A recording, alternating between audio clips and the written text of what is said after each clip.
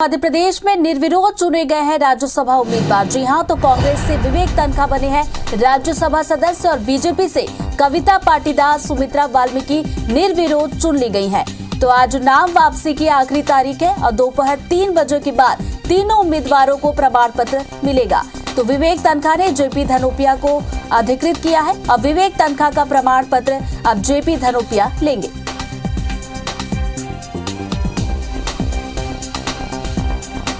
तो मध्य प्रदेश में राज्यसभा की 30 सीटें थी और बताया जा रहा है तीनों उम्मीदवार निर्विरोध चुन लिए गए हैं।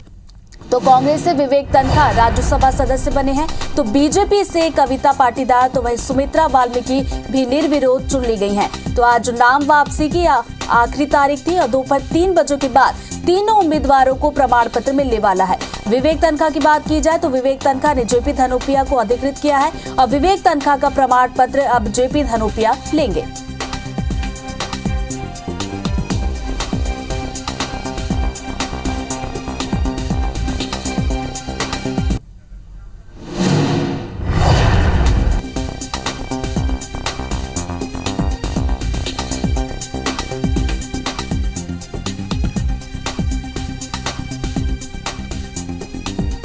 इसी खबर पर ज्यादा जानकारी के साथ हमारे सहयोगी सुधीर हमारे साथ जुड़ गए। सुधीर, मध्य प्रदेश की 3 सीटें थी और तीनों पर निर्विरोध चुन लिए गए हैं उम्मीदवार।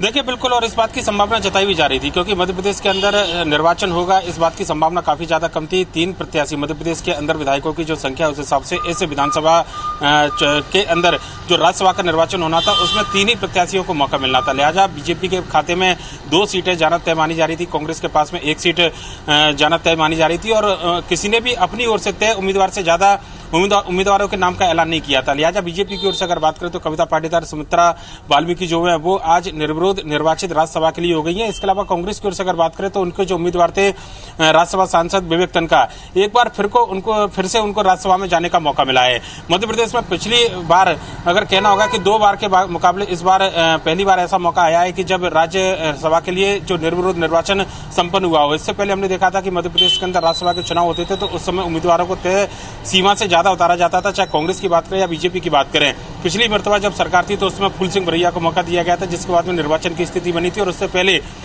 बीजेपी की ओर से विवेक तनखा के सामने ही विनोद गोटिया को उतारा गया था और उस समय निर्वाचन की स्थिति बनी थी। पर लेकिन इस बार कांग्रेस और बीजेपी ने जो विधायकों की संख्या है उसी अनुपात में राज्यसभा के उम्मीदवारों के नाम का ऐलान किया था। लिहाजा आज नाम वापसी की आखिरी जो दिन था उस नाम वापसी की आखिरी तारीख के साथ ही मध्य प्रदेश के अंदर तीनों उम्मीदवारों का राज्यसभा में निर्विरोध निर्वाचन पूरी तरीके से संपन्न हो गया। दोपहर 3 बजे के बाद में जो विधानसभा के जो प्रमुख सचिव हैं, जिनको निर्वाचन अधिकारी बनाया गया था अवधेश प्रताप सिंह, वो प्रमाण पत्र जारी करेंगे और ये माना जा रहा है कि तीनों जो राज्यसभा के उम्मीदवार हैं उनमें कविता पाटीदार या सुमित्रा महाजन की ओर से भी बीजेपी के किसी प्रतिनिधि के द्वारा ये प्रमाण पत्र लिया जा सकता है। वहीं पर कांग्रेस की ओर से बात करें तो जेपी धनोपिया जो कांग्रेस के सीनियर नेता हैं और वकील भी हैं, विवेक तनखा की ओर से प्रमाण पत्र लेने के लिए उनको अधिकृत किया गया है। लिहाजा प्रमाण पत्र मिलने के साथ ही तीनों का राज्यसभा में जाने का रास्ता पूरी तरीके से साफ हो गया है और ये माना जा रहा है कि 29 जून को जब मध्य प्रदेश में 3 विधानसभा सीटों के लिए राज्यसभा का कार्यकाल खत्म होगा उसके बाद 29 जून के बाद राज्यसभा के बतौर सदस्य के तौर पर इनको सदस्यता जो है, शपथ जो है राज्यसभा के अंदर दिलाई जाएगी। जी सुधीर, आप बने रहिए हमारे साथ। तो इस बीच भोपाल से एक और बड़ी खबर मेरी दर्शकों को अपडेट